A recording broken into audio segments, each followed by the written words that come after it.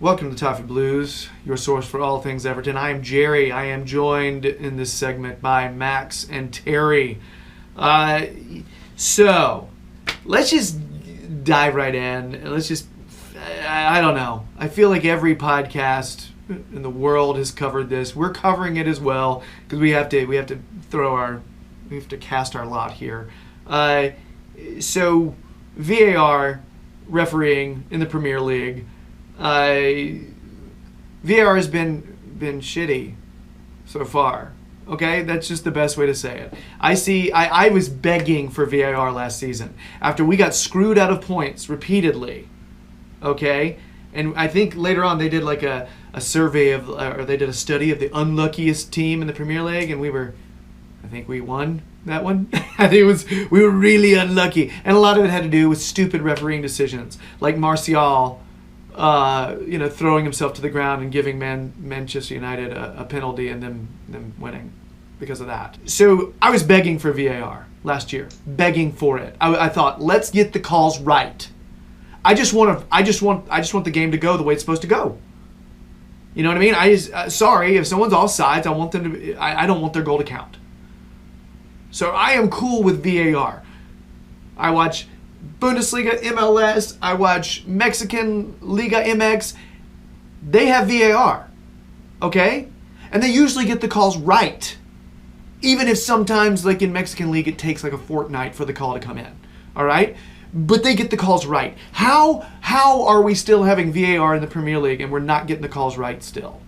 Okay? So, that's what we've talked about before. I feel like all of us at one time or another, me, you, Gerry, Terry, Max, we talked about how VAR isn't really the problem, it's the implementation of it. It's who's in control of it. It's the interpretation of it. It's how it's being used. It's a tool, all right? It's a tool. If you're using a hammer as a screwdriver, shit's not going to work, all right? It is a tool, all right? And it's not being used properly. So,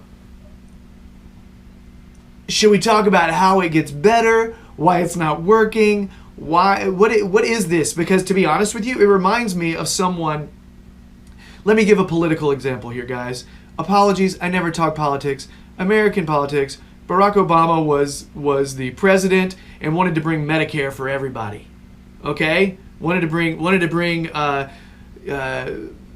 benefits, medical benefits for everybody.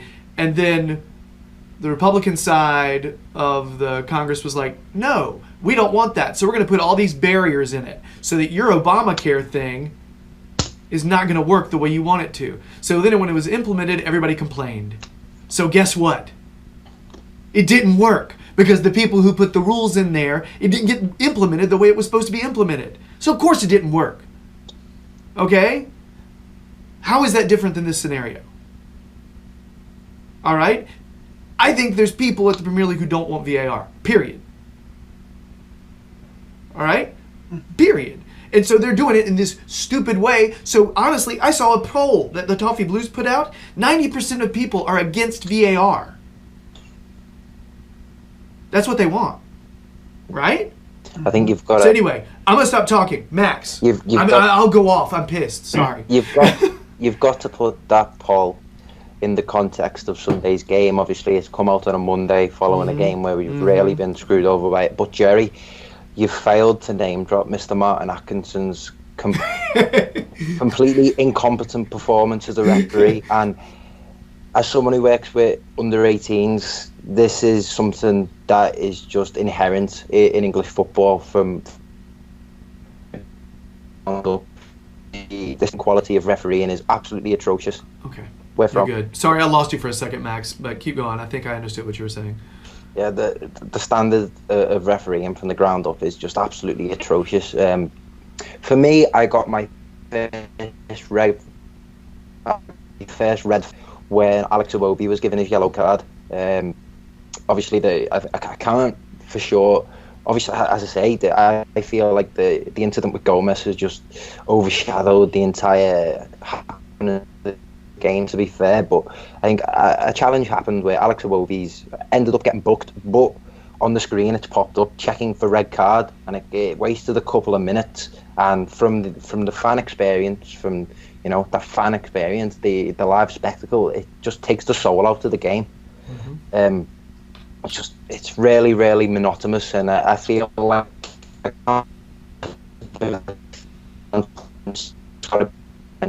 in order to render it just, you've got to show. I mean, you're always going to have the devil's advocate almost, is that if a decision is wrong and they show it on the screen for fans to see, you're just going to have a complete revolt.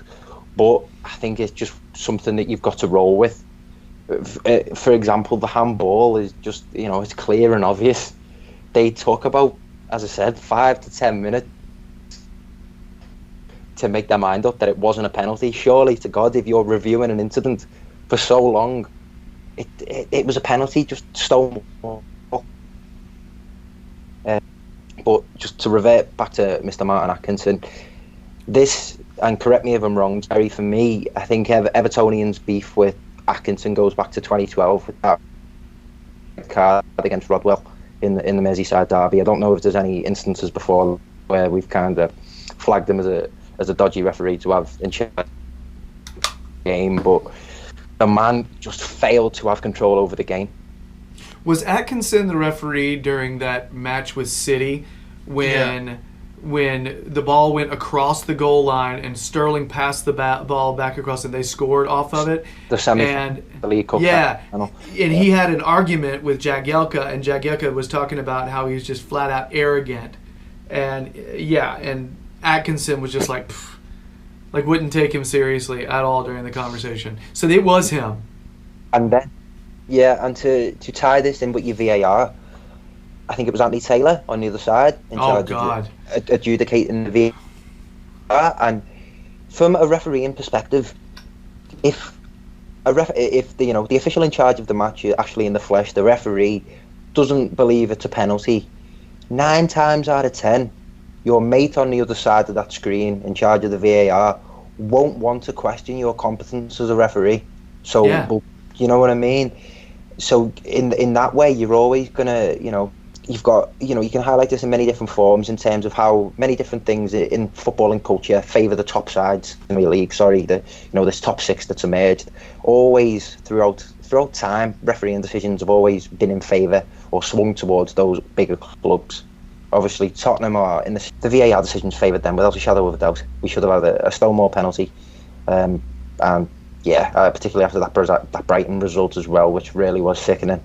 By the way, everybody, if you're noticing that some of Max's audio or video seems a little clipped or glitchy or off, it's because we feel like we want to blame his Wi-Fi. That's what we're thinking is the problem, because Terry's coming through okay, and sadly I am as well. We hate that it's Max, but oh well. It's like if you want one to be glitchy, it should be the American, but whatever. But anyway, Terry, I mean, how are you feeling about all this? I mean, I'm scared to talk about it again because I don't want to just sit there and go off and not leave room for other people to speak. So what do you have on this? Because I feel like we're all on a pretty similar page here at this point, but it also feels really hopeless. I mean, I was one of the people like yourself who was really up for VAR, and I still am.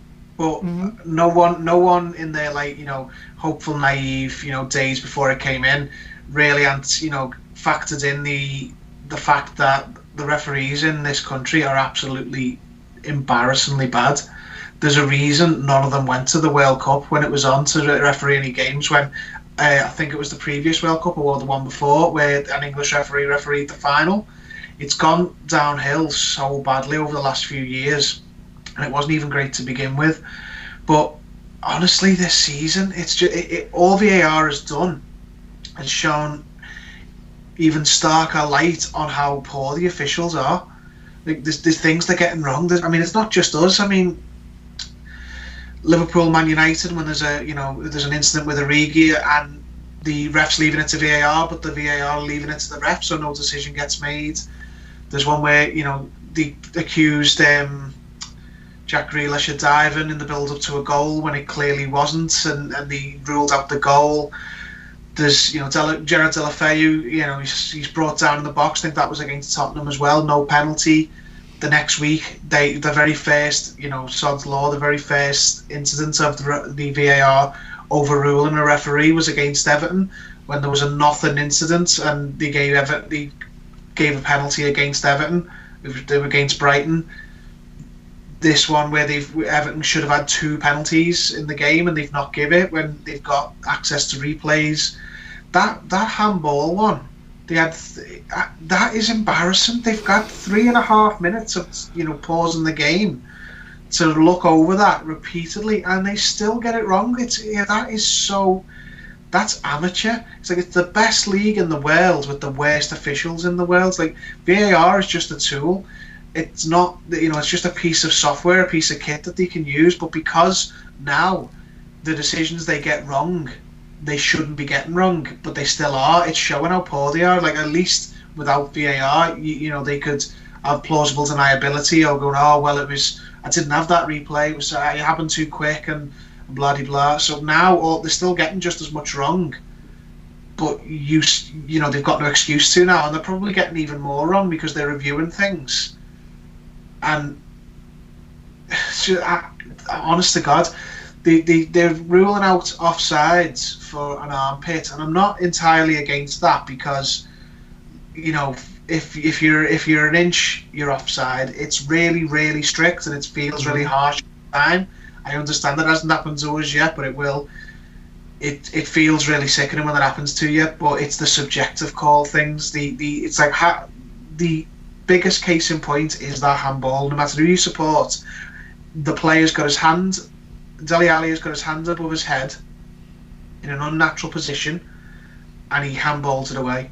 And their excuse for why it wasn't given after 3.5 minutes of replays, with not all the footage as you touched on, which is just laughable in itself, is that he's under pressure when it happens. So if you're under pressure, you can just punch the ball away.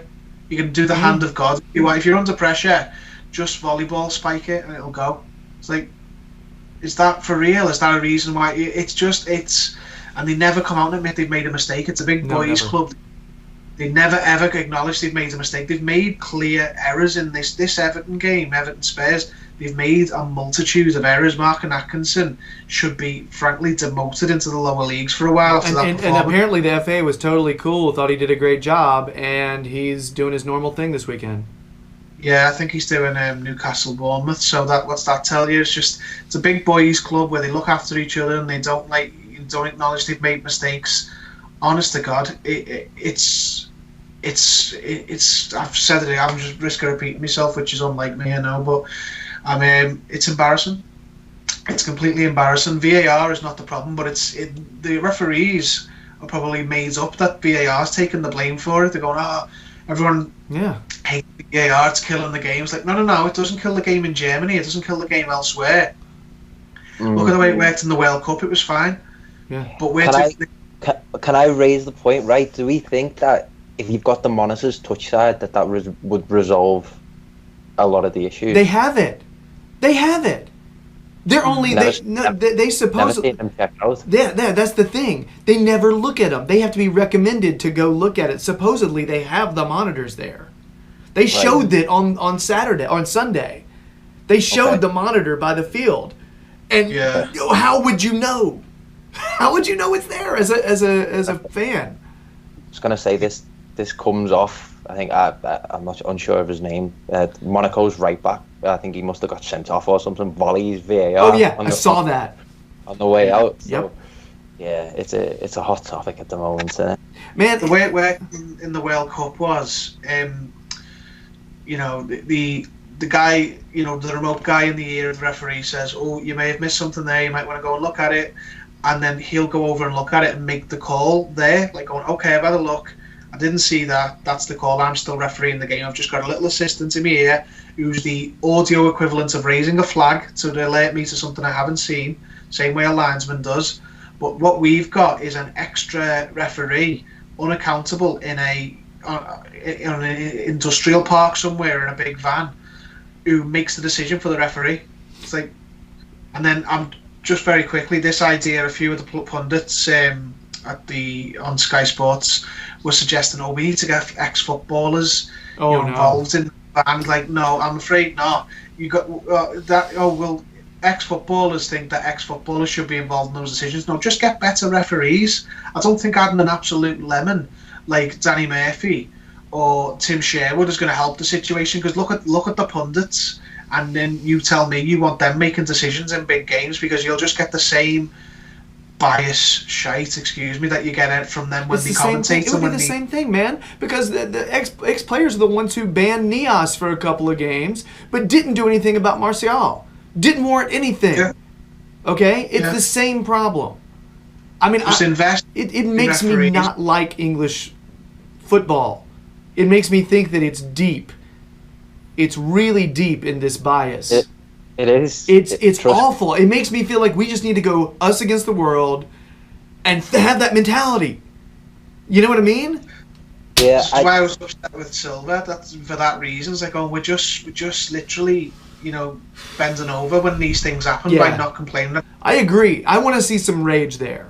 I feel like he'd actually win some points with the supporters if he'd show a little rage. We're enraged. You know what I mean? I'm sick of this continually happening to us. Because luck is one thing. This ain't luck. This is not luck. This has nothing to do with luck. All right? This is not luck. Bad luck happens when the ball bounces the wrong way. Can't do anything about that. But this is past that.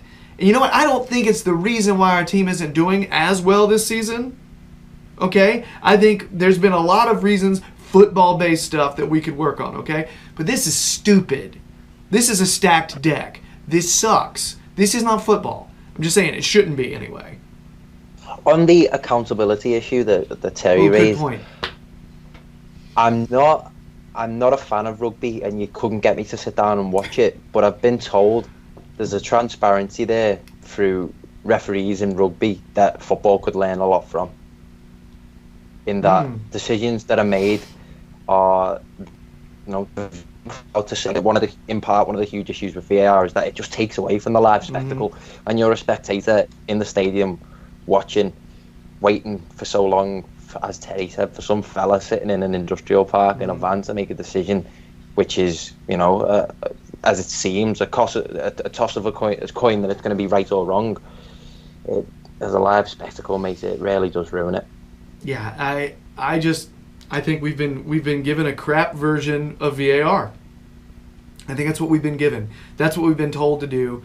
For the longest time, you heard that the bigger clubs were against VAR. They didn't want it happening. The Big Six didn't want VAR happening. You want to know why? Well, it's obvious why. There's a bias refereeing-wise. But now, you still have it. It's still there. So they're like, we'll give you VAR. It's like, we'll give you this. Yeah, have it. And it's not. It's not a genuine review. It's not transparent, the way you're talking about, Max. There is no transparency here. It is just a way for them to conceal the exact same stupid decisions. And then point to some magic person behind the curtain and say, they did it. They said this is cool. All right? And or the magic person behind the curtain says, that was a foul. He stepped on his toe.